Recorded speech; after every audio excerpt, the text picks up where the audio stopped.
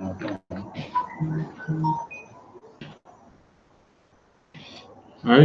you live? Alright, Shalom, Yabashim Shabbat. Right? And for you ones who don't know, this is the I.S.U.P.K, right? From in Trinidad and Tobago, broadcasting live here, right? Since 1969, we have been teaching the truth about the Bible. And the truth is that blacks, Hispanics, and Native Indians are the lost 12 tribes of Israel. Right? For the past few months, it was some Venezuelans coming across to Trinidad, as you all have seen, right? Because they're running from all the hard time ships that's going on right now in Venezuela because of America, right? America putting sanctions on Venezuela, of course, so they're coming across it, right? But we shall accept them, right? Nothing is wrong with accepting the Venezuelans. They are Asha, they are part of the lost 12 tribes of Israel, right? So today we're going to talk about a little bit about Venezuelan and the Americans, the history of the Americans in Trinidad, right? Anybody know about the Americans? Who the Americans are? Anybody know? Right, share the class, right? Share the class. Anybody know any history about the Americans? Yeah, your card? I mean, the Americans were ex-slaves, or ex-British slaves who fought in wars for the British, and then they were free after they fought the wars, and they came to live in Trinidad today. Right. Island Trinidad today. Right. They weren't ex-slaves for the British, there was ex-slaves in America. Right, and of course, we all know that the Judites is the Negroes in America, the Judites. So, of course, when you say the slaves, you all know that it's Judites you're talking about, right?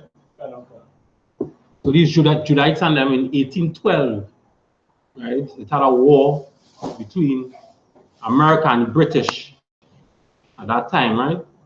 So it had runaway slaves in America, right? And the runaway slaves ran, and the British saw them, and the British took these slaves and promised them, if you will help us fight the war in America, you would make us be free slaves, right? They put them in Canada, they put some in Jamaica, and some end up in Trinidad. I believe it was 4,000 free Judites, right? 4,000 free runaway slaves in America came in Trinidad at that time, right? And then they put them in Moruga, right? When they put them in Moruga, they end up branching out, some end up Princestown, Naparima, right? But it was basically Moruga, days where they settled, right? They also give them, each family, when you get much of the history of it, it was 6 companies, right? The companies was the like the different teams, right, for the British. So it had 6 companies or 6 different teams in the war to help fight the British. So they send on, after the war was over, they send on the 6 companies down here in Trinidad and Moruga, right? And those 6 companies set up their own village in Moruga, right? Also, they also give them 64 acres of land. Each family got 64 acres of land in Moruga. Each of those Judites, those runaway slaves in America, right? Got 64 acres of land. Right, so we're gonna talk a bit more about it. Look up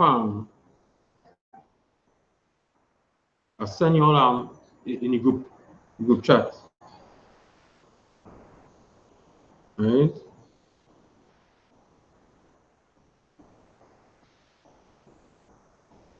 The PDF. You could open it. The PDF. Yeah, start from the PDF. Just read from 1815 here. Just start from it.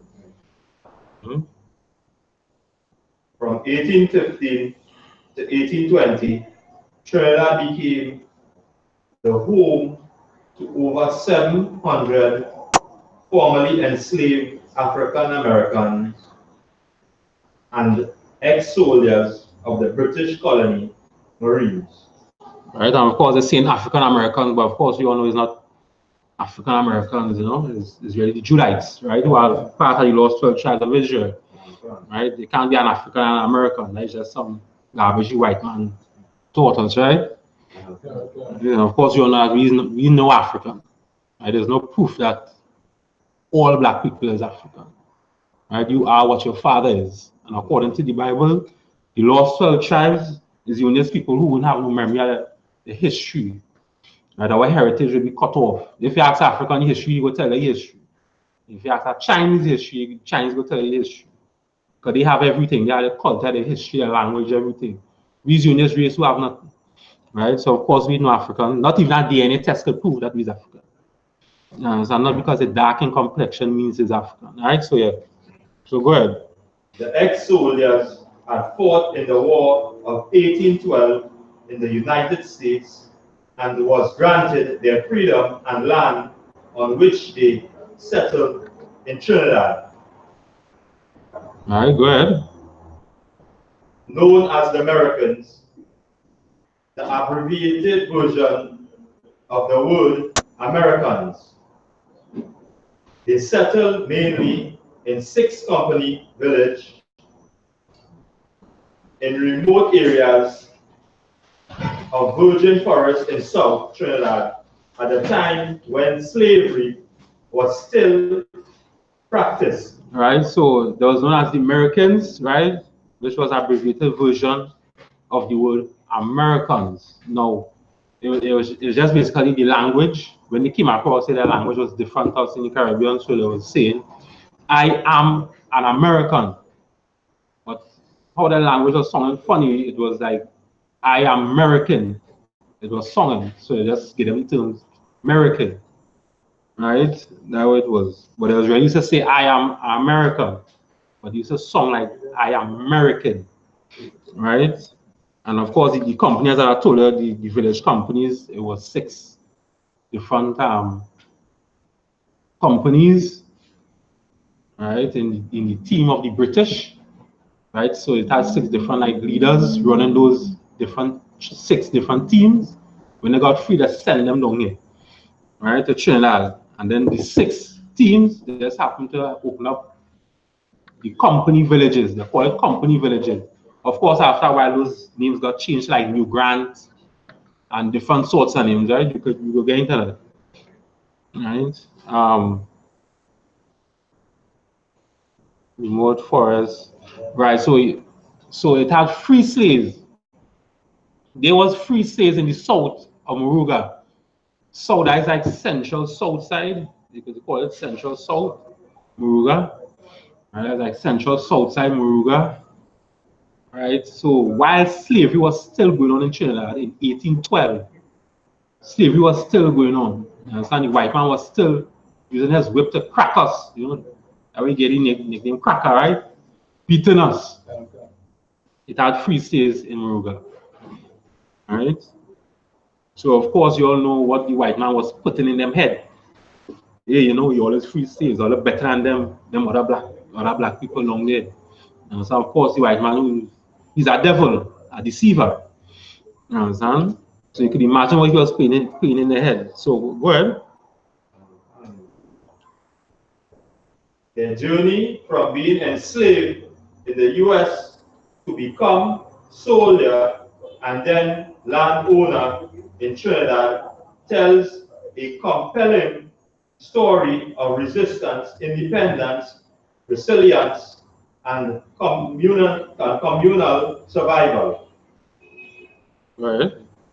We invite you to discover the rich history and heritage of the American community, whose identity has been kept alive through oral history and discovery in various archives.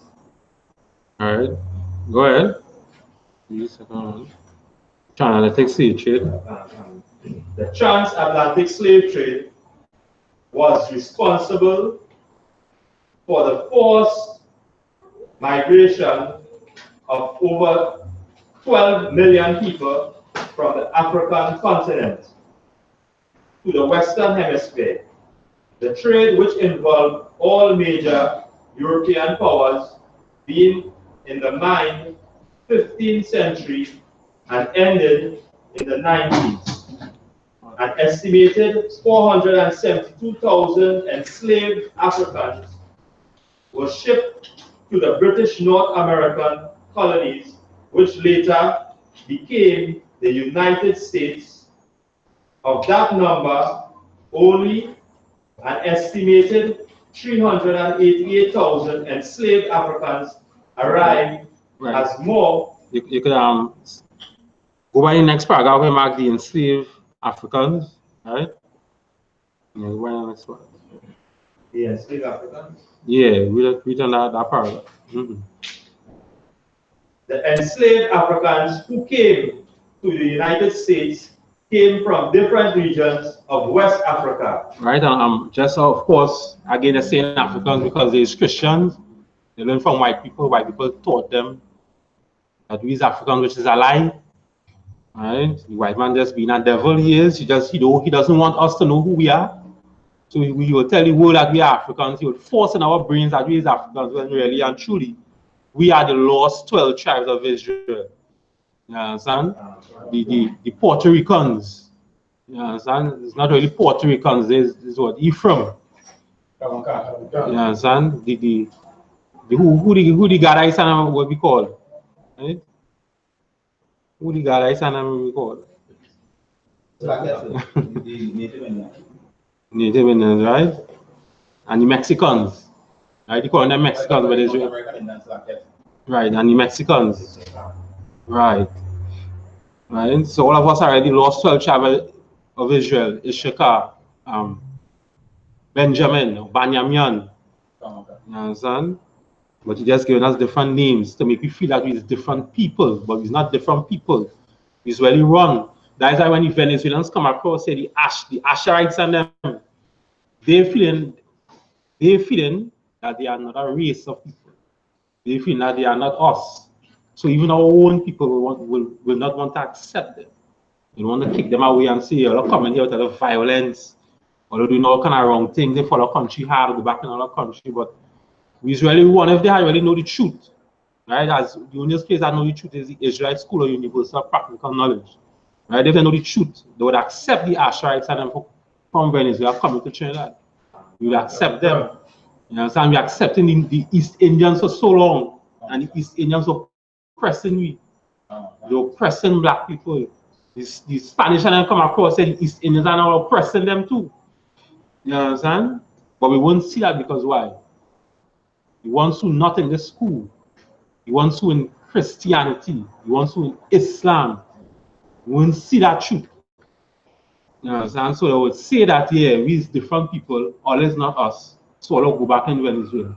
But no, we should accept all of Venezuelans should come across the Trinidad. You understand? And let the only tribes come back together as one, because eventually it had to happen soon. All the tribes want to come back together as one. You understand? We're just going to teach them the law, teach them the right thing. You understand? Teach them to stay away from Christianity, stay away from Islam. You understand? You just be a drug dealer and a murderer. You understand? So, yeah, well, I'm continuing. Upon arrival, they were sent to 3 main regions where they would work mainly as agricultural laborers on the plantation, which grew indigo, rice, tobacco, and later on cotton. All right. Go ahead. Some also worked as Athenians, house servants, and laborers in cities and ports. You know, these are these slaves, right? The Judahites, right? That come from America to Trinidad, right? So go ahead. Which received the majority of enslaved Africans, where the colonials Florida, Georgia, Louisiana, Maryland, and Virginia. 1808, the act prohibiting the importation of slaves was incited by the United States, but slavery continued until the end of the Civil War in 1865, when the 13th Amendment of the Constitution was adopted. All right. Michael, you want to read the next one now? The next one.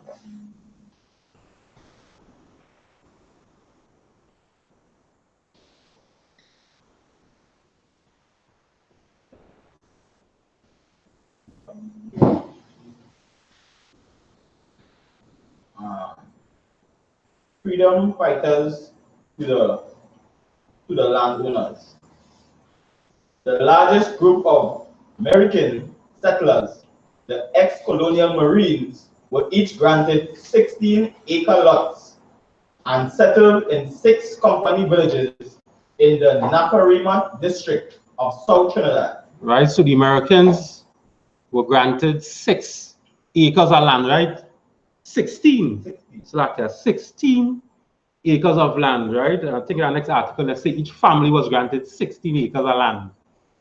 Right, there was 16 acres of land for each family, right? Who was the runaway slaves that came to Trinidad, right? The Americans, right? So it's saying here these was in the Naparima district, right? Mainly there was in Moruga, but as we go along in the history, you will see that the first time that they came here, some was in Lavanton, right? Because they didn't have no place to put them here, they don't know where to put them here, so some was in Lavanton and Caroni, right?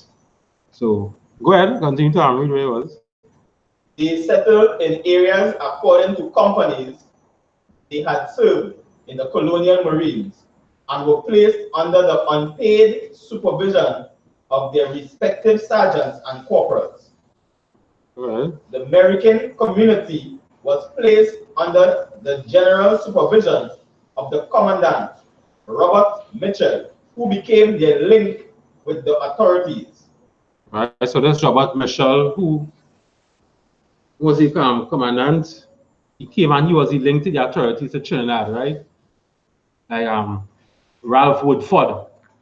Yeah, so these people, he was the link to them. Of course, these slaves couldn't just go and talk to the authorities. So somebody who was in that high rank went and was talking to the authorities, right? Go ahead, continue to read.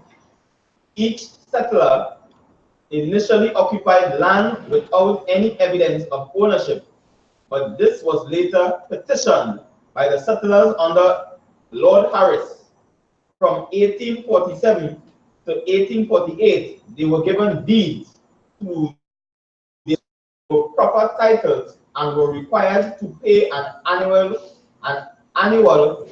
rent. Right? So there was promised these 16 acres of land, but you know they didn't get no documentation for it.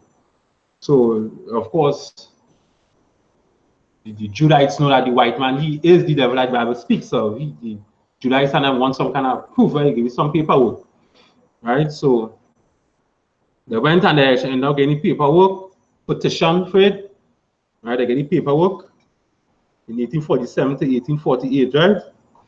So they were just had to pay a little rent on the land, right? So they just had to pay rent on the land. So go ahead. The Americans were initially engaged in subsistence agriculture and later sold their excess produce in the markets. Among the principal crops grown were corn, pumpkin, plantain, and rice. As the Naparima settlements were located close to sugar estates, many undertook casual employment on the estate during crop time. Right, so as you see here, the group planting pumpkin, corn, right? As we go along in the history, you'll see that Moruga was a forested area. It was isolated and forested. It didn't have nothing. And when these Judites, these runaway slaves, right, came The Trinidad, they put them in this isolated area. Remember at first they put them in Lavantin and Karen because they didn't know where to put them. Then they said, right, we put them in Moruga, put them in South. Right? So they end up putting, and they made Moruga how it is today. Right? They was the architect, they was the artisans. Right? They used to was the agriculture. They did everything. I mean Moruga how it is today, a community, a village. Right? Those Julites made Moruga how it is today. That is just proof to show that, you know, Israel makes everything great.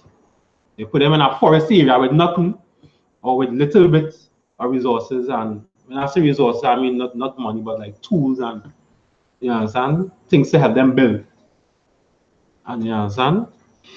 That's how he is. We saw that as Yahushua said. You understand? Go ahead. As the need for housing and roads grew, some became carpenters, joiners, blacksmiths, and the like.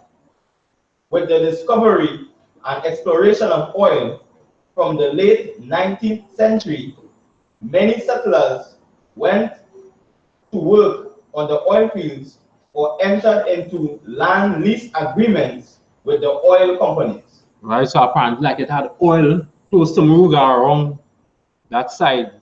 Right, so when the oil, they find oil in that time, some of them went and worked for the oil company. Alright. So go down within the green part. Okay. Green. First company, originally called grant, it was the first land grant to settlers. Later, after applicants were made for more lands, it became known as New Grant. The area also covers Hindustan and famous cane districts of Lakabi and Laritreat and Larizos, Dunmore Hill, Nagy Road, Jackson Block, and Lewis Trace were named after the settlers. Right, so you all understand that, right? All these names was named after the settlers that came there, right? Because when they came, they called this first company village, second company village. But then after now it was called, as what they say, New Grant. They changed the name to New Grant. Right? Again, as we go along, we'll get to understand why it was changed to New Grant. Right, and all these names here, Larry Treat, Larry Source, them was the people's names, the settlers who was in there. So when you see those Larry Source and Jackson Block, all them is people's names. When in New Grant and when in Moruga, and you see those names, it was after those settlers, those runaway slaves. Yeah, go ahead with the second company. Second company. This village was not named as such and was known as TITHES and Matilda. Go ahead. Third company, usually referred to as Indian Walk, as it was the road traveled on by the Garajun Indians. Yeah. Guarajun Indians, yeah. Indigenous people from Venezuela. Right, yeah, indigenous people from Venezuela. Go ahead. So we know there's Asha, that is Asha. Right, go ahead. Who, on landing at Moruga, journeyed to Princestown, then called the mission. Streets named after settlers include Loney Road, Samson Ridge, Lengua Road. The area includes an old fort, Fort George. Right. So all in Princestown, they ended up, right? They call it Indian Walk. Some people from Venezuela, the Asha and them was there. Right? Who landed when they landed in Moruga, they went to Princestown. Right? Where were the Fort Company? Fort Company. This area includes Sharing Place, Hardbargain, or Williamsville. Areas named after settlers include Jackson Hill and Dyer Village. Go ahead. Fifth Company. The name was retained and was well known for its rich agricultural land and oil-bearing areas. Areas or streets named after settlers include Mitchell Block, Western Road, Teesdale Road, and Samuel Cooper Road. 6 Company. The name was also kept and was famous for its mixed farming and large virgin forest areas called Cata Hill. Right, that's it, right? We're going to the next article below it. That's the arrival in Trinidad, right? Yeah. Celebrating the Americans' Yeah, just read arrival in Trinidad. Arrival in Trinidad. The formerly enslaved Africans and disbanded soldiers of the British colonial marines settled in Trinidad where they were promised their freedom and land. Right, so again, we're trying to say these runaway slaves from America, the British promised them to help us fight the war, and we promise you to have freedom and land. Freedom and land, which is the 16 acres of land in Trinidad. Go ahead. They came following instructions given by Lord Bathurst, Secretary of War, and the colonies to Trinidad's Governor Woodford in October 1814. Good. The first settlers arrived in Trinidad in May and July in 1815 and settled in Lavantil and Caroni as preparations were not yet in place for their arrival. Right, so yeah, so the first settlers arrived to Trinidad, right, in May and July, and they were settled in Lavantil and Caroni because preparations was not yet placed for their arrival. So good. By the time the third group arrived in November 1815, arrangements were in place for their accommodation. Land was cleared for distribution to them in the Naparima district in South Trinidad. The fourth and largest group of settlers, the disbanded soldiers of the colonial marines, arrived on the 20th August 1816 and also settled in Naparima district. The settlers were provided with temporary accommodation for the first few weeks and with an outfit of clothes and blankets, tools to build their own house, and agricultural implements and seedlings for cultivating their land. In some cases, the first peoples were used to clear the land. For the first 6 to 8 months, the settlers received a daily ration of food from the government until they were able to subsist on their own food crops. Medical care was also provided for the sick. Right. And so now as you understand that now, why you feel the British, I mean, they're slaves, right? Because technically still slaves. I mean, there's runaway slaves. So why the British don't just kill them off and go and fight America? Why did the British feel the need to take these runaway slaves to help them fight the war with America, right? Why did the British do that? The British can't just say that there's black people as slaves. You know what I'm saying? But the British say, nah, look, come and help you fight the war now. I'm going to make her get free. Why did the British do that? So, yes, Yeah, I'm biased. but the British, I had the understanding that I was Judah and about the pedigree when it comes to in Israel, the ability to matter.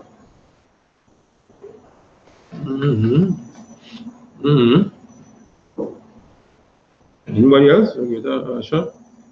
Okay, sir. Yeah. So after what you were saying, right, that we will know the history and know the experience of slavery, of slavery, they call it. reprisals when they would retaliate against the same slave owners. You know, so from that time they would know that the tribe of Judah from biblical prophecy is fighters, and they know from experience as well. So they know these are the men that they have to take to get a tactical advantage in the war. That's why they take them to fight. Yeah, that could be it. But anything else? Anything else? So that is it. Yeah, go ahead. Ricardo? I guess with the war, you have a lot of casualties in war. And so the British was more so losing and most of the times. So because they need more soldiers, and these enslaved Africans were slaves basically. So anybody who they believe they may get a ease from, the slave will get slavery. So with that promise, it is leaving from one slave master to the next one. But the next one more or less promising freedom. So the British wanted soldiers to fight against the Americans, and the runaway slaves were, I should say, easy soldiers to get to fight against their oppressor for the time. There's something it's a little bit different. Anybody else? Yeah. I think so I was just not touching on that. The slaves would be more expendable. So it's not like you're getting force, yes, but you're getting more expendable men. So that if anything happens at all, they know they can put these men on the front line and they can waste their lives basically. So that they know have less than your people enter the study, but they have expendable men to go and fight and lose at their expense. A little bit different. A little bit different. Anybody else? Or good? Okay, well, to understand that, I don't know a little bit the history with 1812. Right? You all know about the Napoleonic Wars?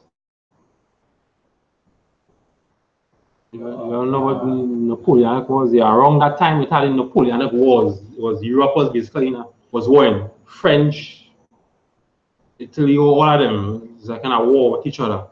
So the British sent other people to the other parts to fight the war. So of course when they was fighting in America, the numbers were so small. They'll be like, nah, we're going to have lost in this war. So they saw the sales to help them build up the numbers to fight the war. Right? So that was about, look it up, I think I have it active, sent in the chat. Napoleonic Wars. Napoleonic Wars. The Napoleonic Wars, 1803 to 1815, were a series of major conflicts pitting the French Empire and its allies, led by Napoleon I against a fluctuating array of European powers formed in various coalitions, financed and usually led by the United Kingdom. The wars stem from unresolved disputes associated with the French Revolution and its resultant conflict. The wars are often categorized in 5 conflicts, each termed after the coalition that fought Napoleon. The third coalition, 1805, the fourth, 1806 to 1807, the fifth, 1809, the sixth, 1813, and the seventh, 1815. All right. So it was led by Napoleon the First. And you all know who's he? Yeah, go ahead, Tazo. Is that the same military short warlord, war general from France? Yeah, he was a war general from France. So type in his name and look it up so you could get understand who's he. Just a brief. Who's this Napoleon?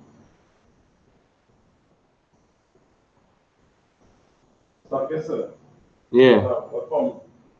Like little snippets of history and little TV shows, you know, it was said about him that he was a cruel, a very cruel and prideful man, he was a very hot-tempered.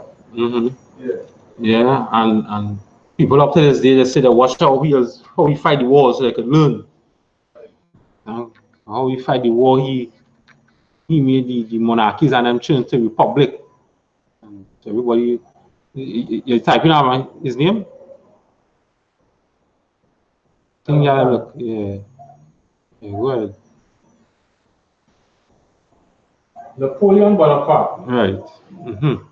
Napoleon Bonaparte was a French statesman and military leader of Italian descent who rose to prominence during the French Revolution and led several successful campaigns during the French Revolutionary Wars.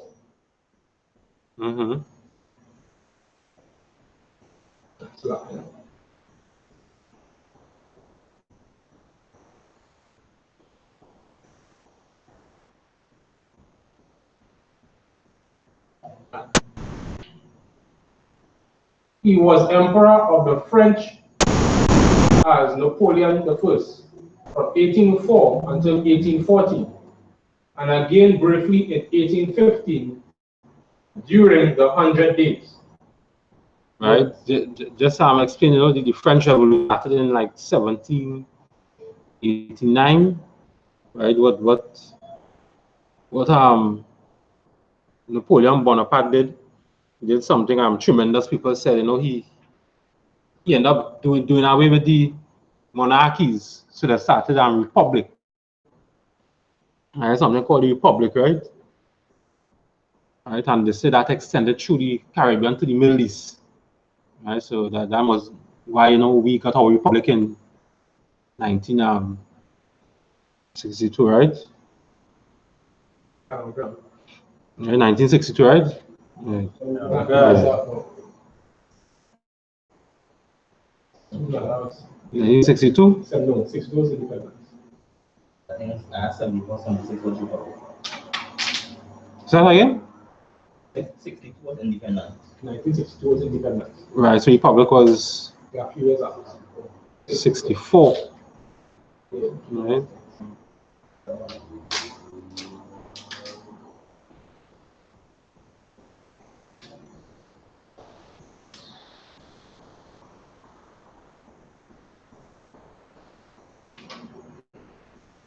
That's it, America? Oh.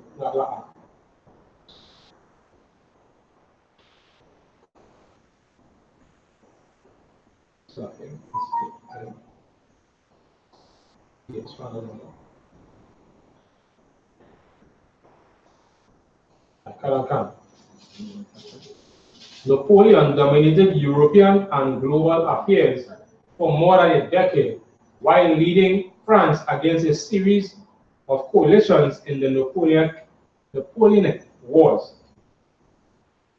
He won most of these wars and the vast majority of his battles, building a large empire that ruled over much continental Europe before its final collapse in 1850.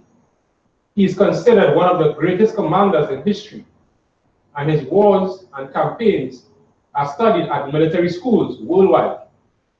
Napoleon's political and cultural legacy has endured as one of the most celebrated and controversial leaders in human history.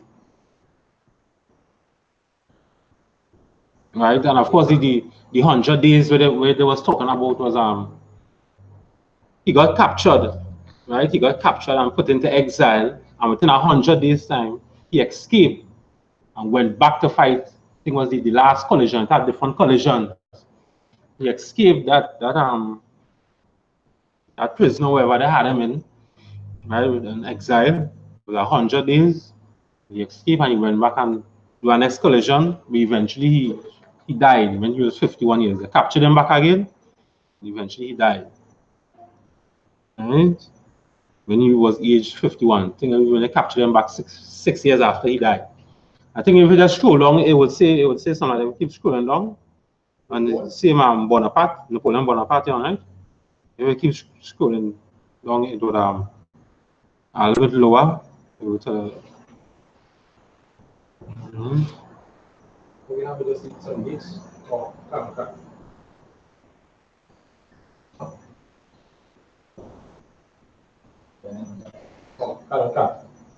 He was born on the 15th of August 1769 and died on the 5th of May 1821 at age 51. Right, yeah, but if you keep going up to the part where say he was exiled, he got captured and put into exile, yeah. A little bit high, not so far, just a little bit. When you not read that, it's a little bit high. That is only 100 days. Yeah, I just explained 100 days now. Okay. Or if you want to, just click on 100 days and you go. The 100 days mark the period Napoleon's return from exile on the island of Elba to Paris on the 20th of March 1850, and the second restoration of King Louis XVIII on 8th of July 1815, a period of 111 days. This period saw the War of the Seven Coalition and includes the Waterloo Campaign, the Napoleonic War, as well as several other minor campaigns. The phase Les Accords was the first used by the Prefect of Paris, Gaspard, in his speech welcoming the king back to Paris on 8th of July. You can get to see part of the exile. Well, yeah, that is basically what it was. That 100 days, right? Right, so you all read up the Napoleonic Wars, right? You all know is that, right? Right. Some people even spreading rumors saying that, you know, the slaves and them, the times were so hard, the oppression was so hard. This is what people say, that the slaves had to speak their own language so that the slave masters will know what they're saying. And they speak it through song and dance, right? That's what people say, right? Let's try to get more facts on that. Right, look up, I don't know if I put this in anything, but look up Black Refugee, War of 1812. Okay. Black Refugee, War of 1812.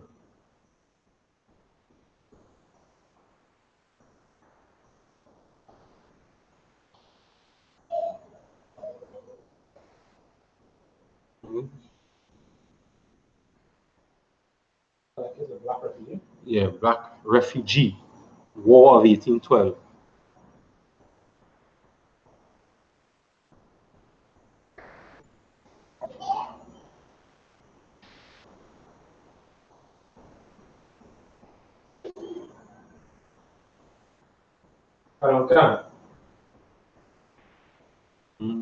Yeah, go ahead and read it there. Black refugees were African Americans who escaped slavery in the United States during the War of 1812 and settled in Nova Scotia, New Brunswick, and Trinidad.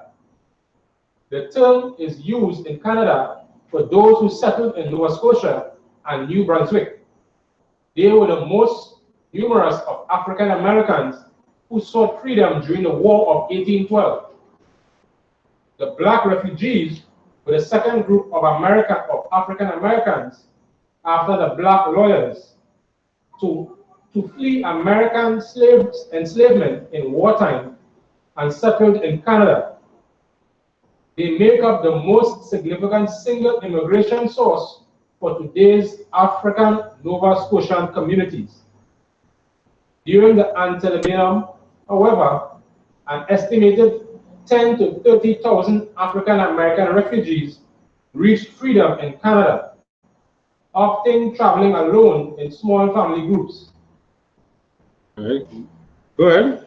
There's the part here. Those who settled in Trinidad were generally from Virginia and Maryland and Georgia and Spanish Florida via Bermuda, where they were evacuated to British ships from the East Coast. Right, so those who settled in Trinidad, there was from Maryland, Virginia, Georgia. Right, Maryland, Virginia, Georgia. Those who landed in Trinidad, those are free slaves. They came from Maryland, Virginia, and Georgia. Right, go ahead.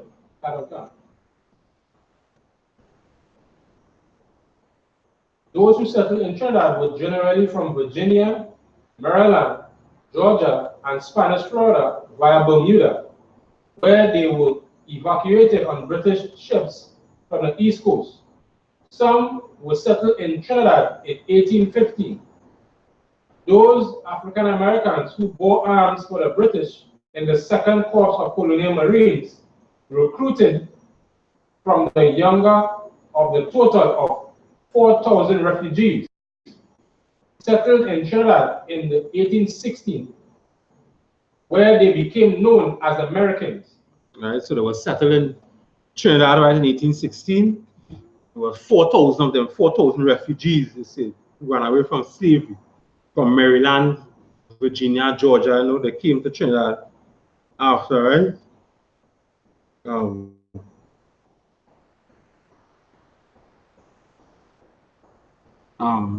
Read the next read the first article. Yeah. How the Americans came to Moruga. Am I correct? If you read that one? How they, it's in the chat.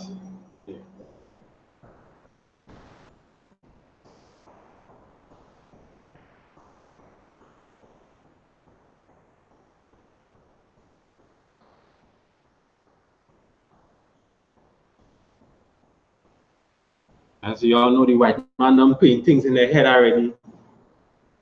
You're all better than those free, people who enslaved. Because always free slaves. And so the white man being that devil, of course, he been trying to make Israel again just fight amongst each other, you know. That is all the white man has tried to do. That's why we just say here, you know, with pride, you know, that the white man is the devil that the Bible speaks of. Understand? Okay. Try to make us fight amongst each other. This is why, and it has some famous people who's American, like Patrick Manning's wife. She's American. You understand? So where they are, Okay. How the Americans came to Moruga. Next year's bicentennial commemoration in the U.S. of the War of 1812 is linked to an important part of Trinidad's history. It was the engagements in the Atlantic states of Maryland, Virginia, and Georgia between the United States and Britain that led to the founding of the company village in Moruga. Right now, this is a Daily Express reading from Trinidad. This was in 2011. This article was in 2011. I expressed in Trinidad. Okay. Right? Good. During the battle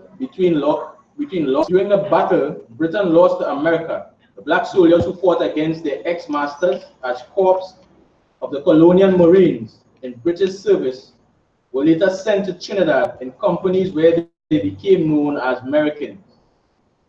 The war that lasted for 2 years had developed a particular relationship between black American Marines and the British. The colonial Marines, who were former slaves, believed the British king had come to free them, while the British saw the black American Marines as a source of fighting power to curb American expansion. Which part did you read? Two paragraphs left. Two. All right, go ahead. After the war, Alexander Cochrane, Vice Admiral and Commander-in-Chief in North America, issued a proclamation in 1814, inviting those who may have been disposed to emigrate from the United States to board a British vessel where they would be taken to one of Britain's overseas possessions and set free. An estimated 761 Marines took up the offer and came to Trinidad in 6 batches or companies. All right, again, that would company, 6 batches or companies, just go ahead. Okay.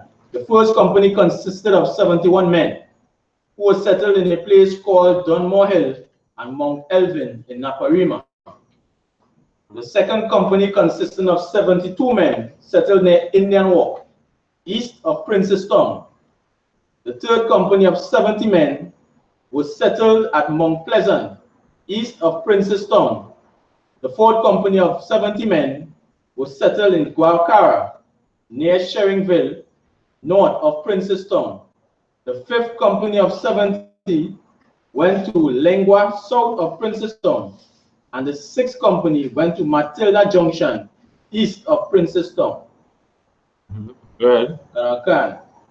John McNish Wise, who has done considerable research in Americans, recalled The first two lots, comprising 140 civilian refugees, were settled in Lavantil and Caroni. The third group arrived from Bermuda on the HMS Caron. About a dozen landed in Port of Spain and 53 in Naparima. Within weeks of their arrival in Trinidad, protests from estate owners in the Naparimas were sent to the governor. He informed them later Naparima was the best place for them because of the superior fertility of the soil. Right. So again, the first two lots, right, comprising civilian refugees, 140 of them was settled in Lavantil and Caroni. Right, they settled there first because they don't know where to place them. So I don't know if, what I'm trying to understand, I don't know if they left them in Caroni and Lavantil, or after they found where to put them when the rest came. They take the ones from Lavantil and Caroni and put them in Moruga side too, as well, right? Okay. Right, so the people there was protesting, the state owners, right? So these white people then was protesting, right? Because remember at that time slavery was still going on. Right? Slavery was still going on. So these white people was protesting at of these free slaves. Right? Within weeks of their arrival in Trinidad, protests from state owners in Naparimas was sent to the governor. Right? To inform them later. Right? So they said Naparima was the best place for them because of the superiority, fertility of the soil. All right, go ahead. Okay. According to historian Father Anthony de Vertuil, by May 1818, the refugees seem to have lived very successfully. In 1825, they produced about 2,000 barrels of corn on the air, over 4,000 barrels of rice from a settlement comprising 187 women, 396 men, and 300 children. All right, so they're saying the men and them, there was more men than women, so it was uneven. It was uneven, right? That was one of the things that's one of the disadvantage that they had then. So they was trying to get some more women in. Right? Because it was 396 men and 187 women. Right? But of course, as they say, the refugees was even very successful. Those Judites who ran away from America was even successful when they placed them in Moruga. And these are the kind of they're producing 2,000 barrels of corn, 4,000 barrels of rice. And them the things that they're producing. Because of course there's the children of Israel. Right? So these things will happen. Right? So go ahead. Okay. The Americans were seen as model settlers for several decades. Of the hundreds who made the journey to Trinidad, most were urban as artisans. Yeah, artisans, yeah. Some were disappointed with the opportunities offered to them, with the result that may return to the U.S. Those who stayed were granted 16 acres of arable land to hold in perpetuity and to grow crops that were needed for their survival. Right, so some of them they was disappointed, right?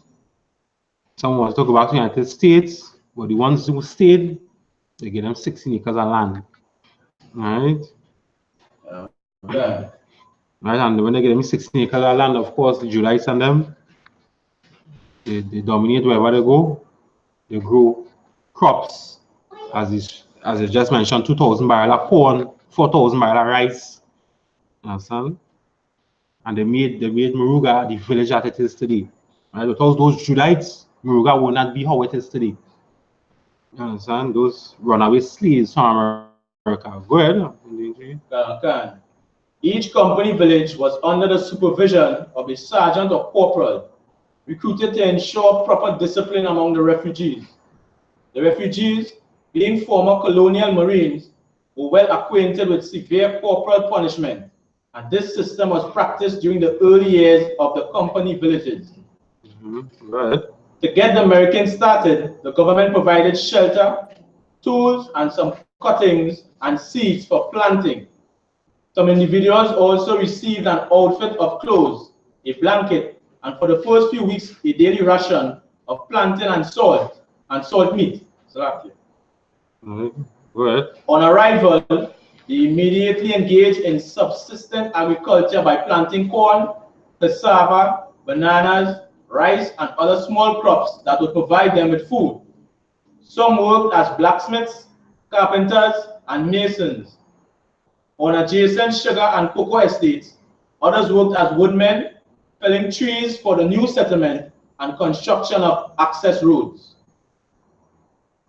Essentially, they were religious people involved in the Baptist religion practiced in the southern states of America. All right, so there was religious people that came here with the Baptist religion. Some people say they was the first people to come here with the Baptist religion, right? Some people also said Moruga was famous for the for obia. I don't know for well, we saw that was on the news the other day, right? With Trent finding this kind of thing, right? So they're saying that these people, these runaway slaves or these Judites, that was they used to practice obia, right? In Moruga. So they said Moruga is famous for obia because of these Judites. Right. So yeah, go ahead, continue. Where was? Local Baptist ministers who visited the villages from time to time reported that while the majority of the villagers practiced some form of religion, no progress was made in Fort Company settlement. Right. Some settlers were not satisfied with the area set aside for them. Historian and author Michael Anthony stated the Fort Company regarded the land they were given consisted of poor soil and it was a hard bargain. After investigating their complaint, they were settled in another area called New Grant. K.O. Lawrence, commenting on the state of religious practices in the villages, said, although there were no clergymen at the settlements, there were among the settlers 5 men who were described as Anabaptist preachers who held Sunday services with the settlers. Yeah, go ahead. Historians are of the view that the Baptist faith was brought to Trinidad by the Americans. John Hackshaw, a former member of the American fraternity, stated the American settlers brought with them. Skip down where you see at 5th Company. Yeah, you go now when you see at 5th Company.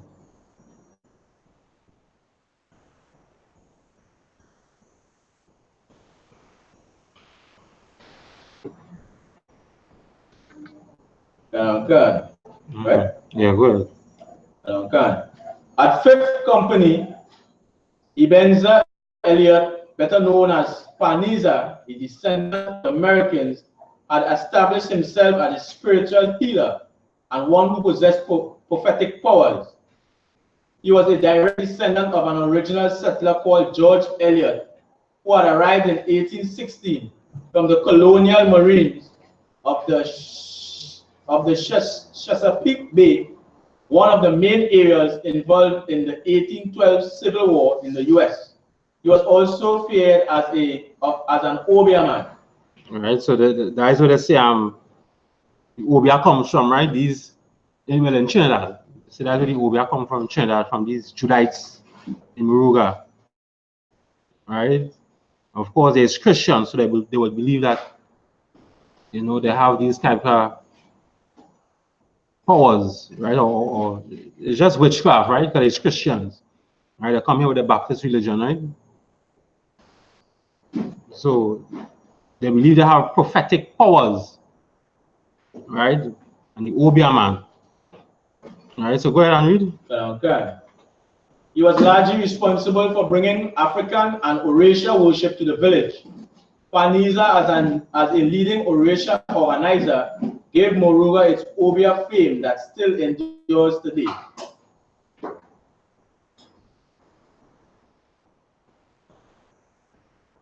Right. But you have your phone and you have to read the next one in the chat. Americans free black settlers. I think that was the one with Nallis. Where you see Nallis? Library. And of course, you all know that all them being Christians, you know, coming here, they're settling in our land, it had more men than had their women, it had all sorts of unlawfulness going on, right? So it must have the little scuffle, you know, the little bacchanal, the little fighting, right? Those things is normal when you're oppressed, when you're oppressed, when you're enslaved. They was free, but come like they were still enslaved. You understand? They was free, but you understand? Come like they were still enslaved. Just like right now. You understand? They say we're free, but we still slave. We have to go to a slave. You understand? With our taskmaster over us. You understand? So when you really think about it, we're in slavery, so it must have the little crime situation that was going on. Right? Just like in Venezuela, it had crime situation going on in Venezuela. So even even them people and all who coming across here, the Asha, right? Those Venezuelans. Like I just tell them, you know, we are not all doing crime, so we shouldn't run them. We should just teach them the same way how we go in John, we're teaching them in John, we go in lab until seal out. We go in library, we're teaching them the laws of the Bible. You understand? To make them change their lives. You understand? Make them be born again, as the scriptures say. You understand? That's how we shall set the Asha and them too and change them, teach them the laws, teach them who they are. You understand? If I ask them why it is Venezuela in that condition, they won't know. You understand? Some of them will say it's Maduro. Some of them might say they don't know how it is. You understand? But I'm sure if you explain to them why Venezuela in the current situation it is now, you explain to them and tell them it's Donald Trump. You explain to them and tell them it is America. You understand? It's really America what to have them. You understand? The not correct. Yeah, Australian the YouTube, right? Yeah. YouTube, right? Right, if you explain to them and tell them is America what really have Venezuela in that crisis that they're in right now. There are no food, no medicine, there are no clothes. Imagine these Venezuelans and them had to come across the Trinidad to get a job so they could send back money home to their family. Some of the family have no shoes. They have no money to buy clothes. They were rich over here in Trinidad and they had nothing. So they had to stand up about 3 o'clock in the morning, 3 a.m. in the morning. Right? Some of them was actually sleep there overnight when the registration is from 8 to 4. All right, right now in Trinidad, it had a situation with those Venezuelans coming across here to get a job. What the Prime Minister did, he gave them an agreement. You come here, you sign up a registration form, and you could work in Trinidad for a year. Right, I believe he said he didn't have to pay no tax and no BIR and those stuff. He didn't have to pay that. Right, so he's kind of easing up the pain that these Venezuelans or these Ashrites going through in Venezuela. Right, so for 1 year they have a registration form that they could work in Trinidad. So for that 1 year now, so in order to get that form now, these Venezuelans and them, remember they have no house, they have no place to stay, so they're going in forest. Some of them stay in the forest, and when it's time to go, they're getting up and going down. However they're going down, I don't even know how they get any money to go down. But some of them were like the registration from 8 to 4. When the registration close off, some of them staying right there in the Oval. Is a place called the Oval or next to the Oval, right? And them sleeping there till straight in the morning until they could get a registration form to go and work. When they get that form, they're going wherever place it is. Wherever place it is, they find and work. If they're selling doubles, somebody has some company, some business, and they're going out and get a job to work. Right? The ones who ain't get a registration form yet, once that registration lock off 4 o'clock, they will sleep there until the next morning, 8 o'clock. Just going that language. Right? So things real bad in Venezuela when you see that. Some of them can't speak English. You understand? Some of them can't even speak English. You talking to them and them don't even know what you're saying. You understand? That is oppression. So obviously it had a little police and thing there because you know with oppression there's always have fighting. Israel is always fighting once you oppress, that has happened. Right? the East Indians and them were oppressed, so the East Indians and them won't know what we're going through. You understand? This happens straight back in the biblical times with Moses. You understand? When Moses see the Egyptian, the Hebrews fighting. You know what scripture that is, right? When Moses saw the Hebrews fighting. You understand? Moses knew that they was under oppression. You understand? He was in slavery. You understand? You know that scripture? The precept? With Moses.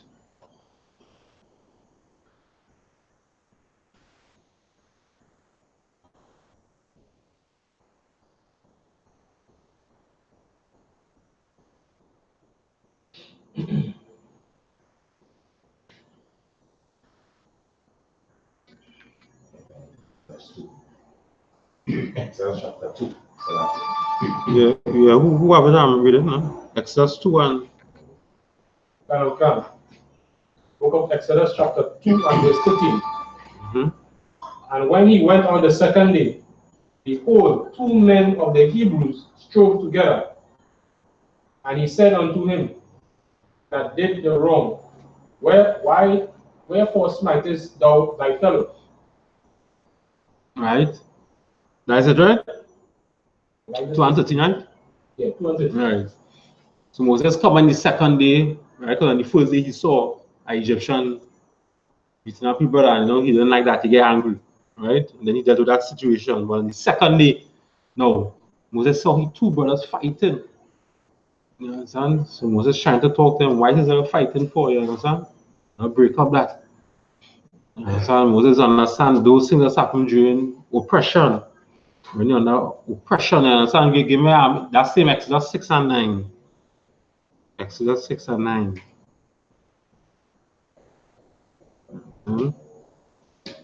Okay. The The book of Exodus chapter 6 and verse 9. And Moses spake so unto the children of Israel. Right, so Moses talking to the children of Israel, giving them the laws, telling them what you must do, what you mustn't do. You understand? Go ahead.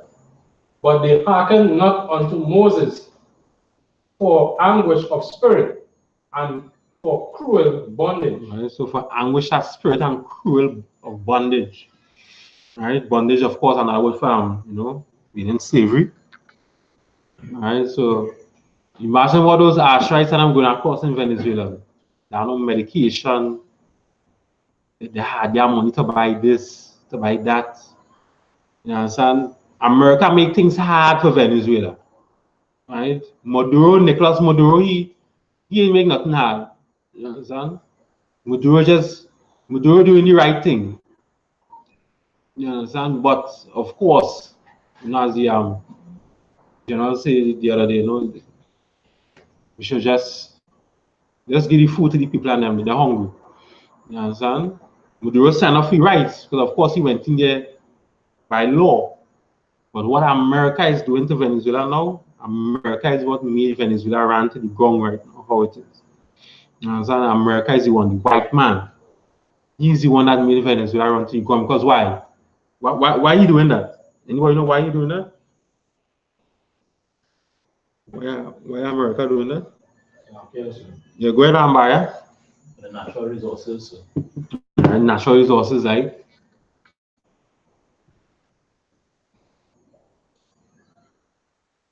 Yeah, buy it. Yeah. The natural resources, oil, gas, gold. Right. And then of course, I know if America gets a hold on that oil and gas, because for the years, with the media, I watching the media for the years, and I always thought it was the Middle East what had the oil and gas, but it's Venezuela what had that oil and gas. You understand? It's Venezuela what had that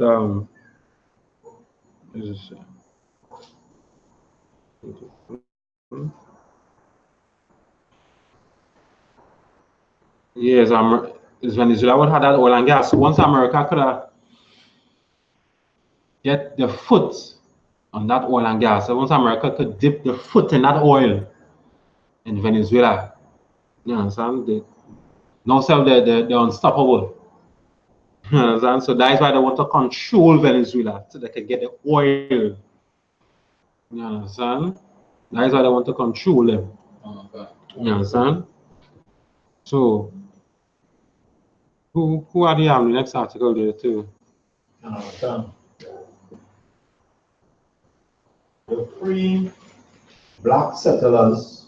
That is what you're from Nales. Go ahead. Free black settlers, 1815, 1816. The history of the American settlers.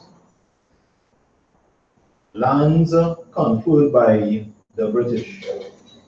The story behind the arrival of the Americans in Trinidad goes back to the America War of Independence, 1775 to 1783, when runaway slaves Yeah, the runaway slaves, yeah.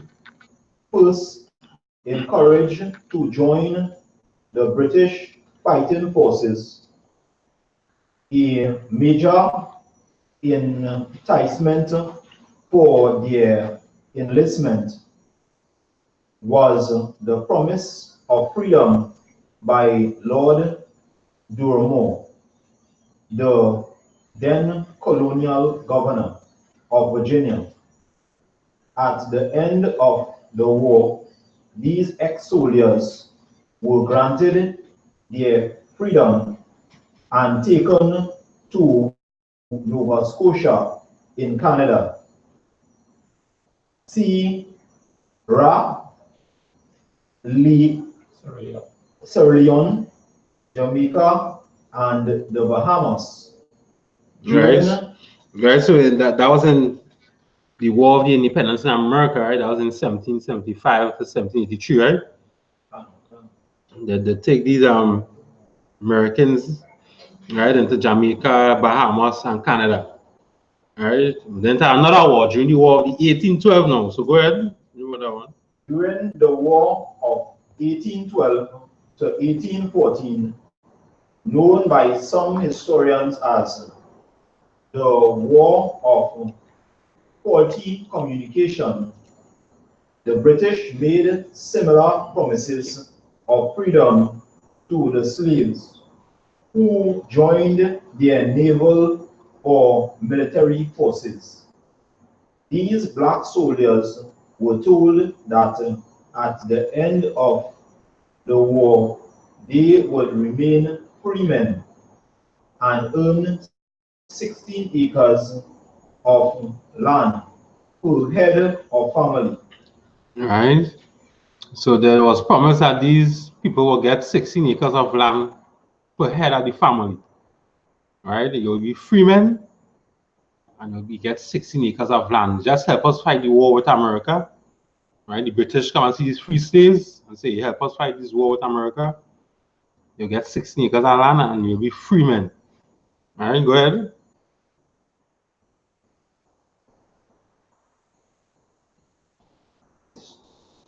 Yeah, but yeah, Historians document that these black soldiers / Marines were runaway slaves of the American slave owners who made up the British Army, and that they were recruited into a total of 6 military companies. Right, so there were 6 military companies, right? So again, when they reach across the America, that Company 1 or Company Village, and 1, Village 2, Village 3, right? The different companies, right? There's the 6 military ranks, right? Go ahead. They were recruited mainly from Chesapeake Bay, Yeah, Chesapeake Bay shores, yeah. shores of Virginia and Maryland, as well as from the coast of Georgia. Right, so Georgia, Maryland, Right, these were those people, and them was Maryland is right next to Washington D.C. You understand? Virginia and Georgia. Those are where the mini came from, right? You could scroll along right and click on the free black owners. You see that? You scroll along, you will see some free black owners. Just click on it.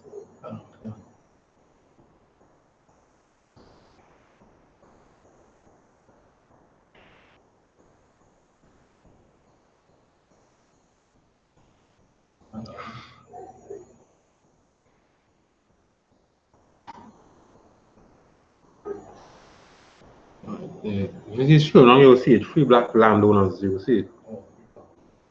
Yeah. Just click on it here. Free black landowners. These ex-slaves, ex-soldiers, now landowners, spoke an abbreviated version of the language, which was attained by either dropping the first letter or two, or the last letter of words. The word American went through a similar mutation. They meant to say that I am American, but instead they said I am American. Right?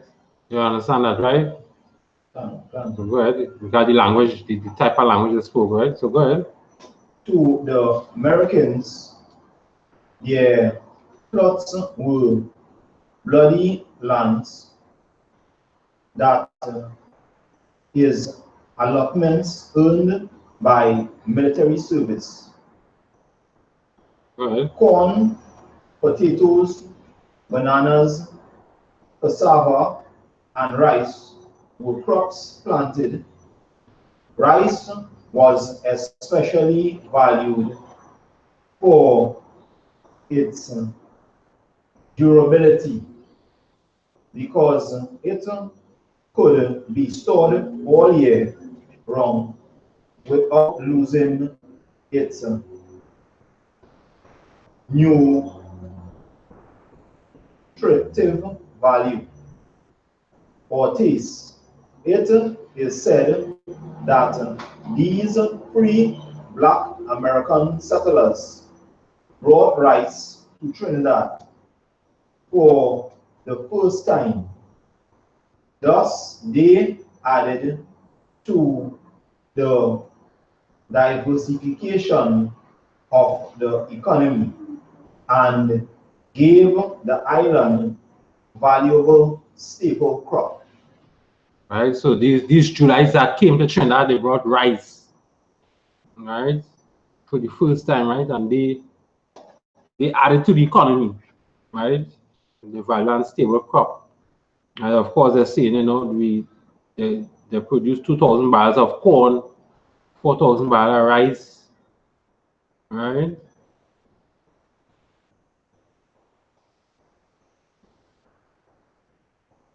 But you will scroll down, read down the obstacles. Faced by the Americans at last. Yeah.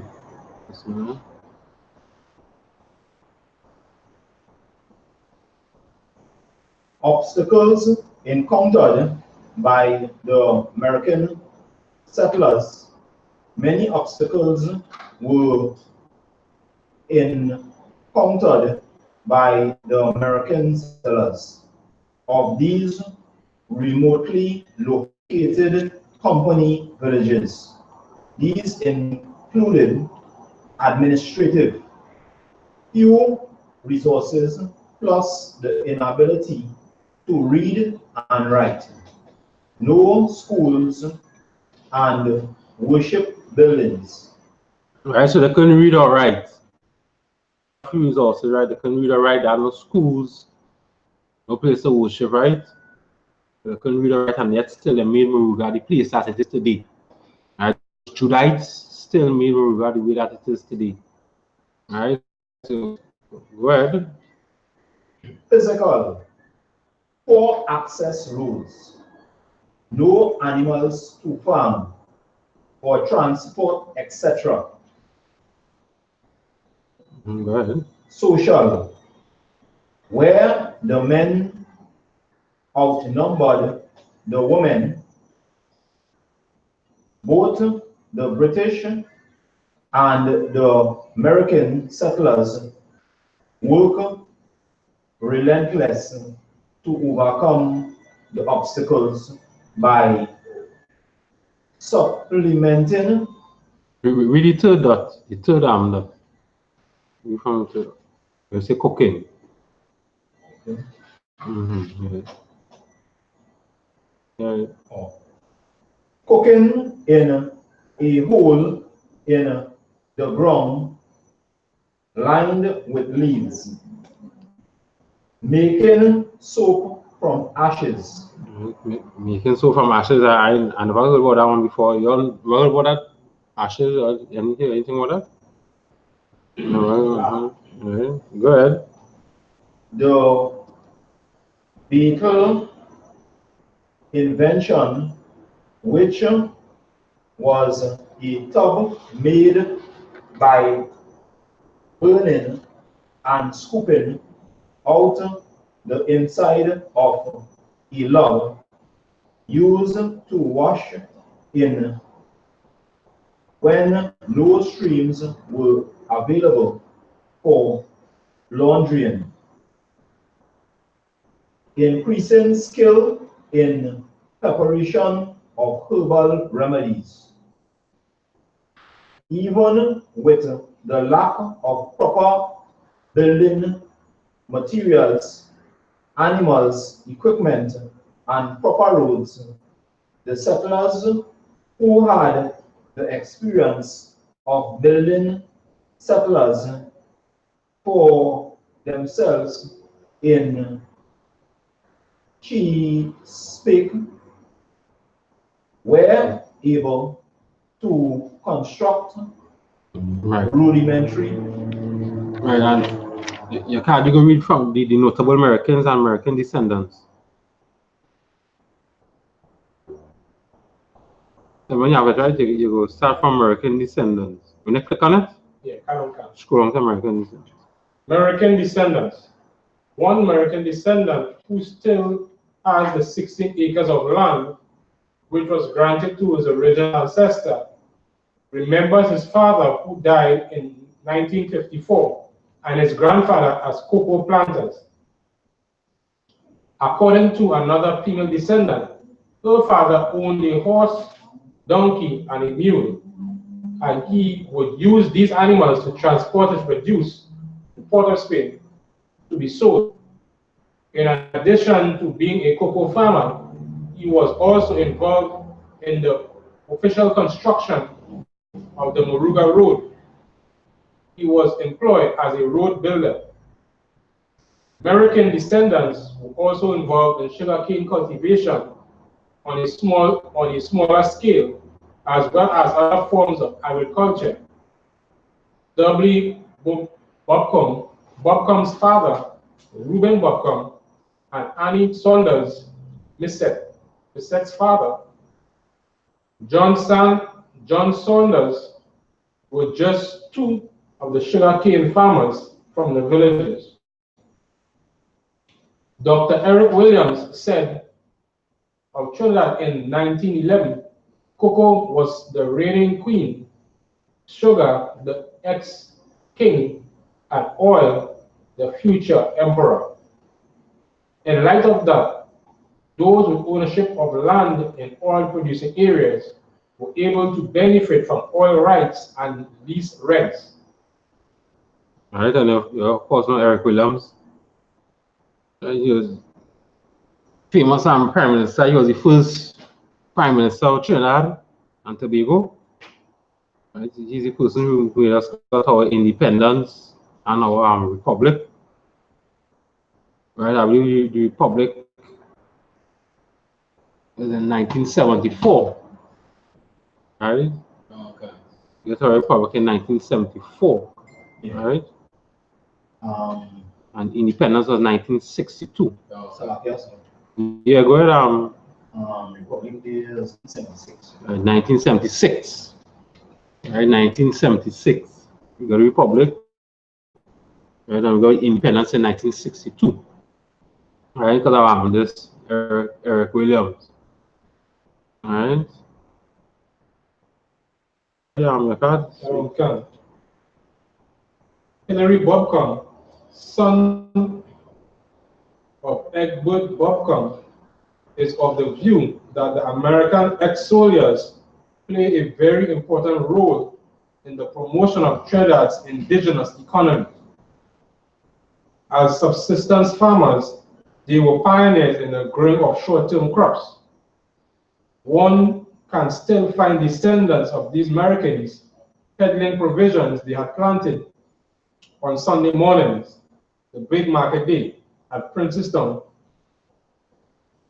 At Princeton, Mr. Bobcom is also of the opinion that Americans displayed a high level of fierce independence, and this, he says, they carry through all walks of their lives. And Princess Tom, before it was called Princess Tom, it was called Savannah Gandhi. I think that was a Spanish, one of those Spanish missions. Right, Princess Tom. Right. Somebody I'm trying to get the article.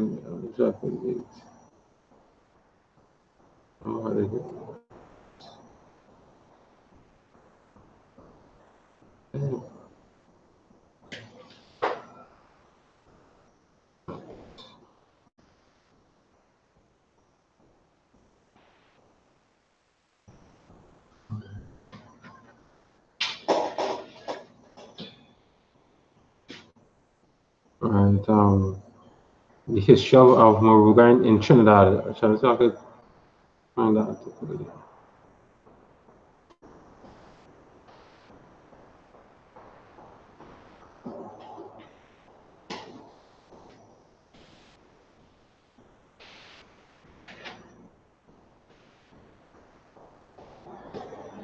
Right,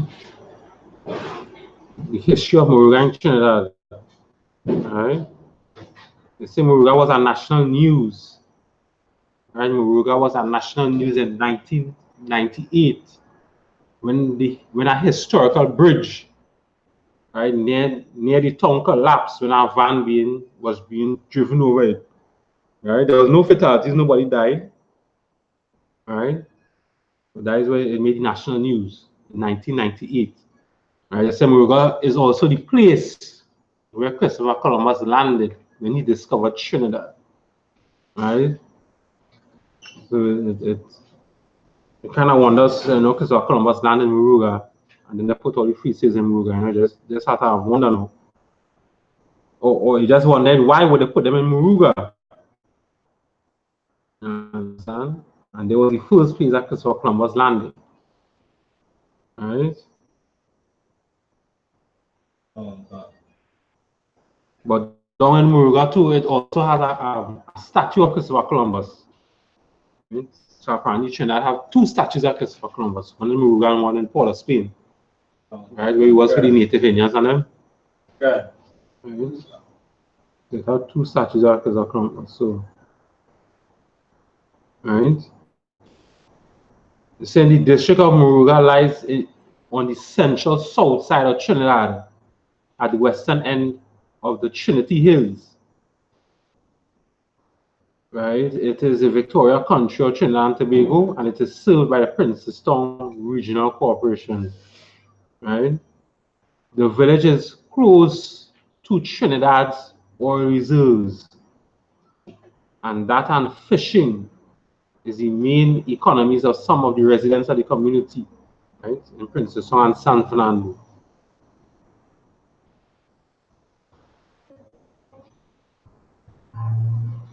Right. Moruga, Christopher Columbus monument. Christopher Columbus landed here on his third voyage in 1498, and it is set out on this south side of land of Trinidad, West Indies. Right? It has the Muruga Secondary School. That is the school where it's famous for this. It has all the Obia going on. Right? The other day in the news, they say it has some train flying. What the train was doing, that was flying, and what it was doing again? Catching power, and whatever again they was doing in Muruga Secondary School. Of course, the Muruga is famous for Obia, right? For the settlers that came here. They say one of the famous Obia, right? But of course, you all know that Obia don't exist, right? If you believe in Obia, that means there's a sinner. You understand? If you believe in Obia, that means there's a sinner, right? Because thou shalt not have no other gods before me. And if you believe in Obia, then that means you would believe in getting a horseshoe to protect you. You would believe in this. Some people who would protect you from the sleep. What is the name of this called that? Some night dream or something like that. Just protect you from nightmares. A dream catcher. You believe in a dream catcher rather than the Most High. Right? You believe in paying up beads rather than the Most High. So you believe those things have power when really and truly those things have no power. Only the Most High have power on the face of the earth. So it's a sin to believe in Obia. You understand? It's a sin to believe in this Sukunya and all them things. You go do things now to try to protect you from it. When you don't choose, it's only the Lord alone has the power on the face of the earth, right? Thou shall not have no other gods before me. Right? So those things where they're saying the train flying in Muruga secondary school. Nah, that could just be a hoax.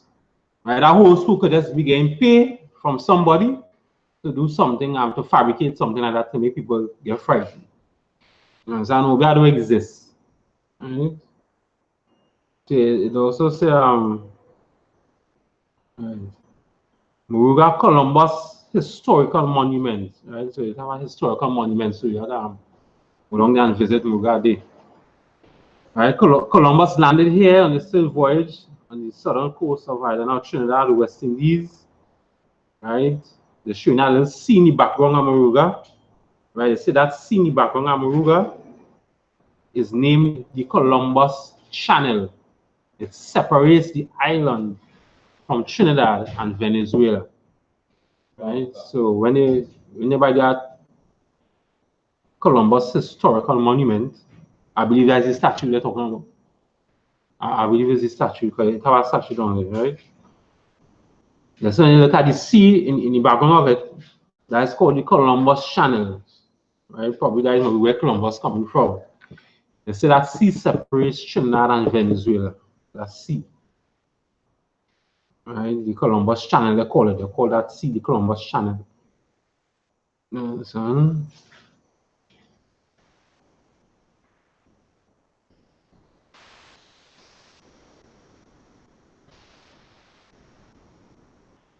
right, there's also a museum, the Muruga Museum. Right? A small museum depicting the history of Muruga and Trinidad. Right? The communities near to the sea are noted nationwide as the locations of good sea bathing spots, right? Such as La Retreat, which is near the site. Right? So it has a Muruga museum and all. It's really nice to go down there in that Muruga museum. Right? So again, that is the history of the Americans, right? In 1812, they came across here in Trinidad as free slaves, they call them. Each family was given 16 acres of land. Right? One famous person who was American is deceased Patrick Manning's wife. All right, deceased Patrick Manning, right? His wife, she's American. And those people came here to Trinidad and they made Muruga how it is today.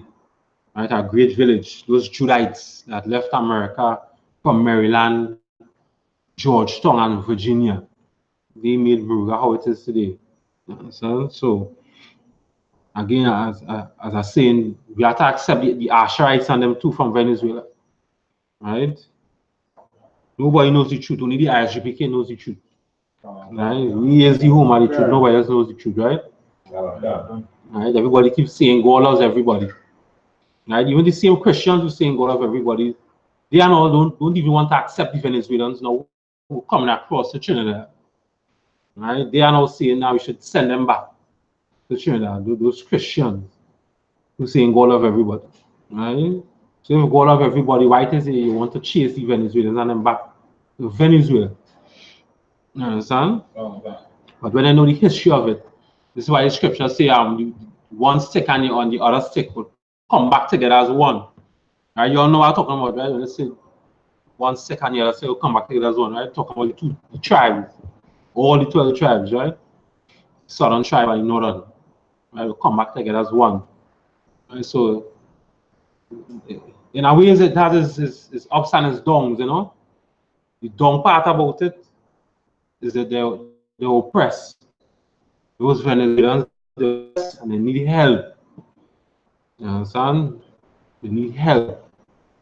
The good side about it is the tribes is coming back together as one.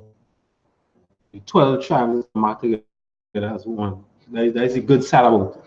So now that we have the Ash tribes over here, now, easier for us to communicate and talk now. You understand? We good now. We get Asha, we get the other tribe, you know.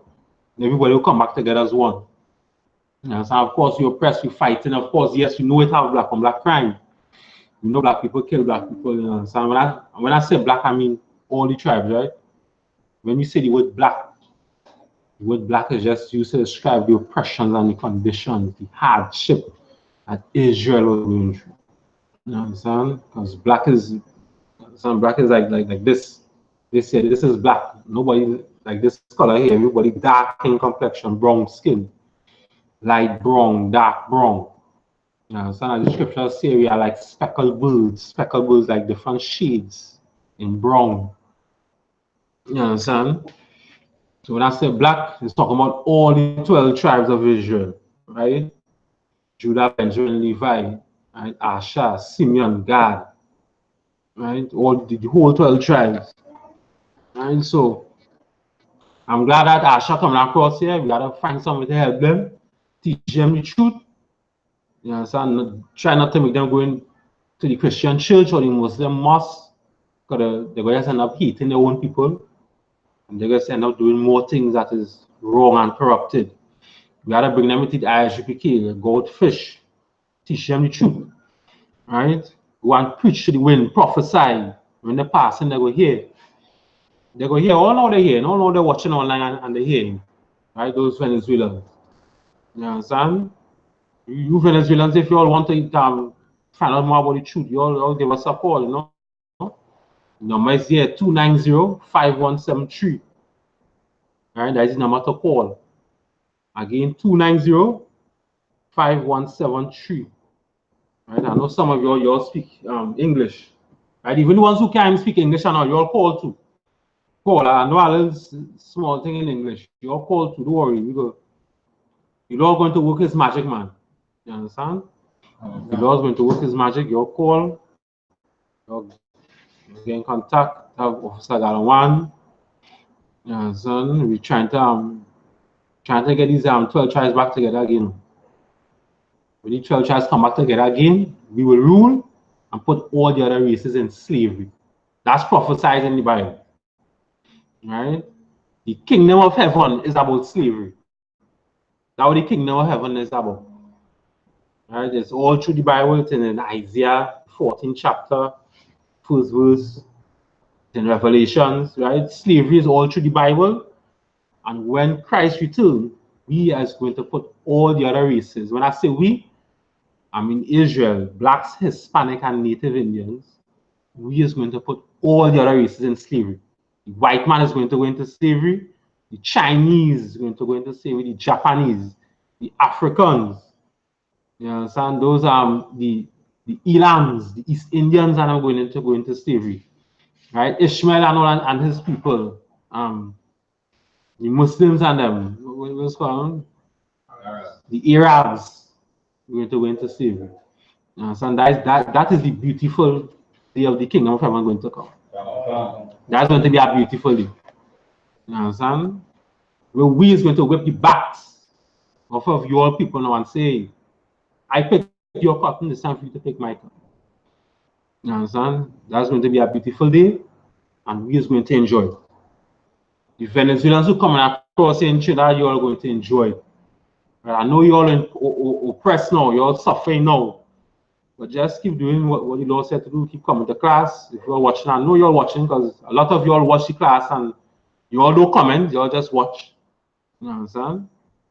You all just watch and come off. But if you're watching, call.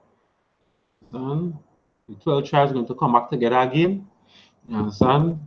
We have to support each other. Right? Blacks, Hispanics, and Native Indian people, we are one tribe. You understand? Stop supporting the East Indians. They don't like us. The East Indians just oppressing black people. They're oppressing the Spanish, they're oppressing the Native Indians in Trinidad.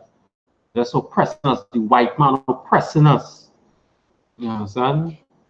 Them East Indians, I know some people may be saying the East Indians and them suffering just like how the Venezuelans suffering, but the East Indians and them deserve to suffer. You understand? You know why? Because when them East Indians and them came across in 1845 over the Fatah Razak, you understand? And as we always say here, the Fatah Razak shows to the bottom of the ocean, because black people have been better off. You understand? When them East Indians came across in 1845 and they saw how the white man oppressed us, you understand? Instead of they decide with us, you understand? Because they come across and they see how the white man raped us, he lynched us, he murdered us. He took from us, took we language, we culture. Instead of them East Indians and them, you know, say, Mr. White Man, what you're doing wrong, and we not supporting, we leave him. The East Indians come across and supported the white man and help the white man oppress us even further. You understand? So now the white man left everything up to the East Indians to oppress us. All them lands and things the East Indians and have, them not supposed to have it, that is ours. They come across and work. You understand? You never came across here and work. You understand? When you came across here to work, it was for free. And we got beaten with it. Our foot got cut off, our tongue got cut off. These Indians don't come across and they work for money. They get paid. And they get lands. You understand? So these supporting these East Indians and them, we shouldn't do that, right? It's time for blacks, Hispanics, and Native Indian people to really see the truth. The truth is in the I.S.U.P.K. under Command in GEN.YAHANNA. Right, let we get into class, let we get into these laws. Right, let we learn. And trust me, once we come back together, there won't be no more oppression. Right? We're going to help each other. Each one of us is going to help each other out here. So nobody is going to be suffering and it will hard times. Right? But of course, if you're in the truth, it will have the little bickering, you know, the little backbiting. But you're getting to class, man, you understand? I know the deadline is next week, the 14th, right, for your Venezuelans. Right? So hopefully you might see us down there. You understand? You might see us down there every day. You understand? So, but don't worry, I'm Asha. You understand? We coming. You're all part of the 12 tribes of Israel. You understand? So with that, let's pass the class off to a priest and officer. Chairman? Yeah? Let's pass the class off to the priest and officer. Tazawo.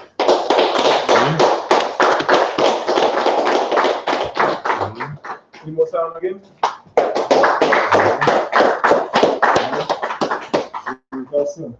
All right. This is the I.S.U.P.K. security announcements. We are the I.S.U.P.K. out of 1 West 125th Street, Harlem, New York, under Command in GEN.YAHANNA.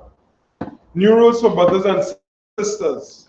When a new brother or a sister comes into the school, they are off limits for 6 months.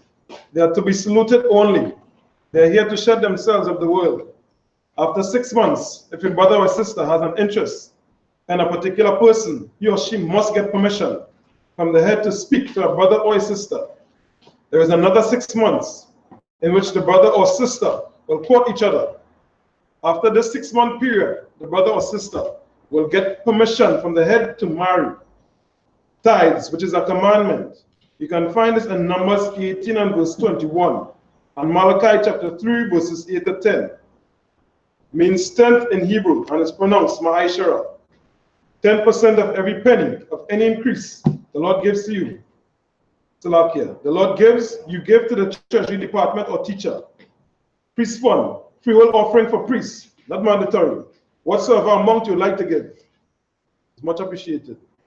Upcoming Holy Convocation, all right, that is the Feast of First Fruits on sundown on June Salakia, the 17th. All right, at the sundown, you want to prepare, you want to get in contact with the school nearest to you, if you're in Trinidad. Again, the number is 1-812-290-5173. Call and find out how you can get in arrangements if you need transport assistance over the cases. You call early and make your arrangements, all right? Good. Remind Akim and Aguatian to check on social media such as ISUPK.com, Facebook, Twitter, YouTube, and so on for I.S.U.P.K events and materials like the upcoming cookouts that they have in June and in July, the Midwest Fire Weekend, you know what I mean? So you want to get in contact with it. If you're looking on the States, wherever it is in the world, you know, you have people that probably, you're living in Trinidad, but you have people across there and you want to, you know, give them an experience of what the UPK brotherhood and sisterhood is about. You can get in touch with us, so, you know, or find a way to go to the website and go on school locations and find where Chicago is, and you call up the number and you'll get the info from right there, right? Good. If your brother wants to be a trooper in the school, then he is to start wearing all black, which includes black boots, like shirts, like pants, like headband or scarf. And with that, I means to stand. All right, we turn and face the east. So like I said, what we doing? Yeah, we are. That's right. Let's pray. Okay. Yeah. All right. Nice. Great.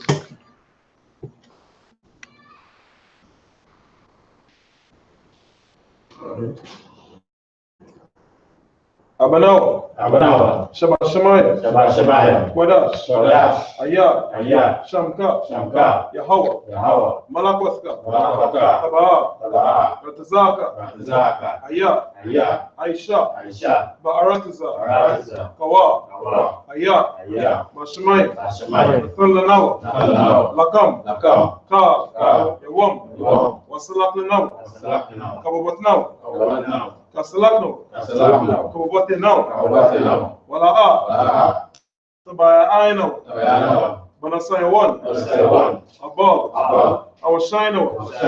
Mayan. Ra. Kaya. Laka. Amalakwa. Baala. Watapara. Iwalamim. Aman. In English, what he said was, our Father, which art in heaven, hallowed be thy name. Thy kingdom come, thy will be done, in earth as it is in heaven. Give us this day our daily bread, and forgive us our debts, as we forgive our debtors, and lead us not into temptation, but deliver us from evil. For thine is the kingdom, the power and the glory. Forever. So be it. Okay. All right. This is the prayer for the power. Yakak. Yahweh. Bashan. Yahushua. Babakusha. Nathananaw. Haka. Rapa. Kalmakal. Wakal Madawa. Haka. Lataha. Amatazarayim. Haka. Lakwayam. Amatayam. Haka. Alwakawat. Atamal. Lagarashan. Hashem, Yahushua, Tawadama. He said, well, in English, Yahweh, in the name of Yahweh, please give us the power. Please give us the power. The power to heal. The power to heal. All manner of sickness. All manner of sickness. And all manner of disease. And all manner of disease. The power to cleanse the lepers. The power to cleanse the lepers. The power to raise the dead. The power to raise the dead. The power against unclean spirits. The power against unclean spirits. To cast them out. To cast them out. In the name. In the name. In the name of Yahweh. In the name of Yahweh. Thank you. Thank you. So be it. So be it. Okay. Right. Yeah, this is the blessing for the structure. All right, for our structure in the school. Barak Yahweh. Wa Yahweh Shai. Wa Mayakahala. Wa Lahaya. Matazab Yahweh. Alawap Yahan. Ha Alawapyam. Asaranyam. Akwatazayan Yam. Akiyal Yam. Wakwapyam. Yahweh. Bahasham. Yahweh Shai. Tawada. When you said us in English, bless you, Yahweh. And Yahweh Shai. And Michael. And the angels. Commanding General Yohanan. The generals. Captain. Officers. Troopers. And the sisters. Yahweh. In the name of Yahweh Shai. Thank you. So be it. Right, you're going to see I.S.U.P.K curses. Right. Blessed are you, Yahweh. King of heaven and earth. And all things living. Yahweh. In the name of Yahweh Shai. Listen to us now. Right now. Send evils and curses. And punishment and destruction. And death to the heathen. That speak against us. Thy prophets. The teachers. The princes. The priests. The Israelite brothers. And the school. Send evils and curses. And punishment and destruction. And death to the heathen. And shake loose the pockets of the rich of Israel that refuse to give to the school. Force their riches to enter into thy sanctuary. Send evils and curses and punishment and destruction and death to the Edomites and the nation and the drug dealers. Prison system, Planned Parenthood, all the governments of our enemies, Amalek synagogues and armies, the church, Pope, Islam, Christianity, Egyptology, militia, Ku Klux Klan, Aryan Nation, skinheads, Fuzzy Komotazi, the gay movement, the lesbian movement, spies, workers of witchcraft, NASA space program, Army, Navy, Air Force, Marines, Wall Street, open up the internet, and the airwaves, the cable access channel, and the radio channel, convict the spirit, any of thy people that seek to stop us, and bring swift death, all the heathen that stand in our way, or try to stop us from broadcasting your word throughout the planet Earth. Let loose all the terrorists, cause them to go to and fro through the earth and destroy. Cause the terrorists to come against Trinidad and destroy them in the strongholds. Let Trinidad shake. Let Trinidad shake at the hands of the terrorists. Let Yahweh, Michael, and Gabriel come down with the flying saucers and kill all the heathen that come up against us as we speak thy word. Cause it to be known by all. It is the angels that have done it. Cause it to be spread through the media. Throughout the whole world. Cause them to shake at thy coming. In the name of Yahweh. Thank you all. So be it. Okay. All right, this is the prayer to bless Israel. All right? Yahweh? Yahweh. Bashem? Bashem. Yahushua? Yahushua. Barak Lanao? Barak Lanao. Barshala? Barshala. Abiyah? Abiyah. Safaria? Safaria. Barak? Barak. Abah? Abah. Magan? Magan. Magan? Magan. Kela. Kela. Kelly. Kelly. Tashika. Tashika. Kobe. Kobe. Kwasi. Kwasi. All the brothers and sisters in Israel. All the brothers and sisters in Israel. All the generals, All the generals, captains, officers, troopers, sisters, children. I teach her. Tazapa, Yapa, Pataza, Tamar. Commandant General Yana. All the brothers, all the generals, the captains, the officers, troopers, sisters, children. Raknapash, Kayalwana, Hussein, Janice, Kindian family. Commandant General Yahanna. All the All the generals, captains, officers, troopers, Shamka, Aya, Yapa, Hara. Commandant General Yana. Generals, captains, officers, troopers, sisters, children, brothers and sisters fighting to come out of the world. Have mercy upon all the destroyed of Israel. Generals, captains, officers, troopers, children. All the brothers and their families. Hussein, Janice, Harris, Kindian family. Commandant General Yahanna. Generals, captains, officers, troopers, children, sisters. Yakal, Mataza, Radha, John family, Koto family. All the brothers and sisters in the I.S.U.P.K. All the brothers and sisters in the I.S.U.P.K. They destroyed Israel. All the brothers and sisters fighting the community I.S.U.P.K. All the brothers and sisters fighting the community I.S.U.P.K. The Bawa. All right. Bashem Yahushai. Tawadama.